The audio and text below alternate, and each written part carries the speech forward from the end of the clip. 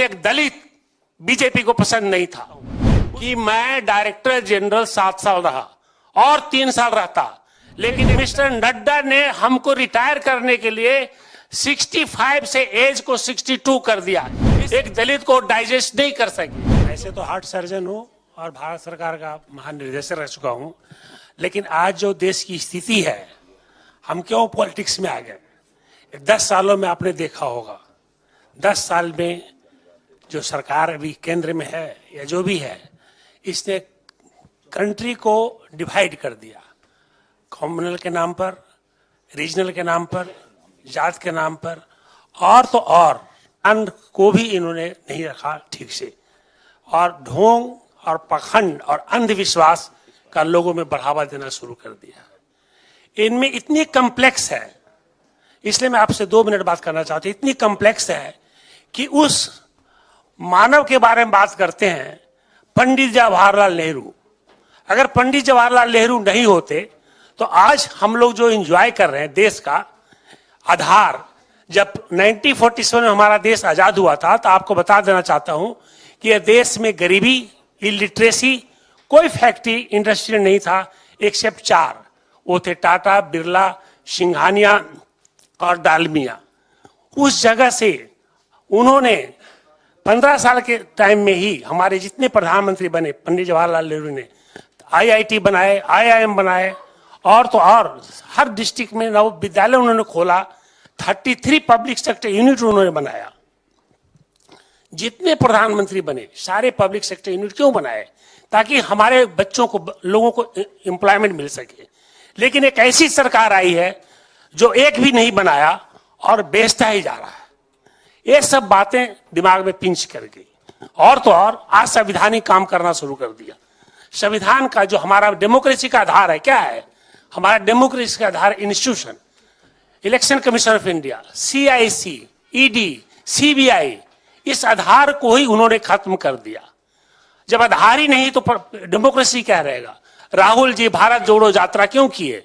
आप लोगों ने कहीं पूछा? क्योंकि भारत जोड़ो यात्रा का समय था। अगर वो नहीं करते तो हमारा देश बिखर जाता। आज तो मैं सभी नेता को कहता हूं कि तुम लोग सब कांग्रेस ज्वाइन करो।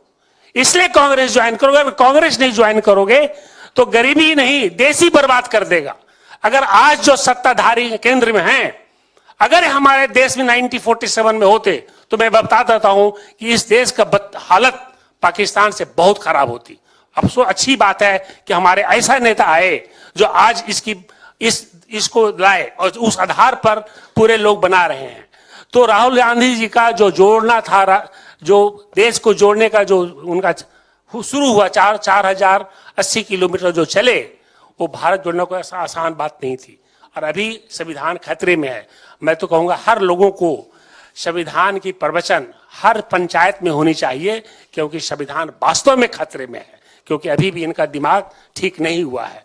तो संविधान की इन्हीं बातों को लेकर के हम राहुल जी से, हम अनिल जहीन साहब ने मुझे राहुल जी से मिलने का मौका दिया पटना में, और मैंने बात किया और मैंने कहा कि मैं इस पार्टी को, कांग्रेस पार्टी को ज्वाइन करूंगा। मेरी एक पार्टी थी, सामाजिक लोकतांत्रिक सामाजिक न्याय पार्टी, उसको मैंने खत्म किया और हमने डिसाइड किया कि हम कांग्रेस पार्टी में ज्वाइन करेंगे। मर्ज कर दिया, और राहुल गांधी के नेतृत्व में हम ऐसा बदलाव लाएंगे देश में कि सोच भी नहीं सकता है कि RSS ने कि हमने क्या लिया। आप लोग मेरे बारे में नहीं जानते। आपको एक ही लाइन बता देता हूं कि मैं डायरेक्टर जनरल 7 साल रहा और 3 साल रहता, लेकिन एक दलित बीजेपी को पसंद नहीं था। उसने एज को कम कर दिया। आप सोच सकते हैं, मिस्टर नड्डा ने हमको रिटायर करने के लिए 65 से एज को 62 कर दिया। इससे बड़ी बात क्या हो सकती है? एक दलित को डाइजेस्ट नहीं कर सके, क्योंकि हम बैकवर्ड को हेल्प कर रहे थे जो जेन्युइन बैकवर्ड थे, शेड्यूल कास्ट को हेल्प कर रहे थे जो जेन्युइन शेड्यूल थे। आज तक एम्स में, PGI चंडीगढ़ में बैकवर्ड का पोस्ट नहीं भरा जाता था। जब मैं DG भरा तो वहां 260 बैकवर्ड का पोस्ट को भरा। PGI चंडीगढ़ में 65 बैकवर्ड का पोस्ट को भरा। ये सब उन लोगों को बर्दाश्त नहीं हो रहा था कि ये डॉक्टर प्रसाद को कैसे हटाया जाए। तो हम इन्हीं बातों के साथ मैं खत्म करूंगा, समय कम है, लेकिन ये मैं जानता हूं कि अगर कांग्रेस को नेतृत्व दिया जाए तभी भारत का संविधान और देश बच पाएगा। और जो इन्होंने जनगणना की बात शुरू की है, जिसकी जितनी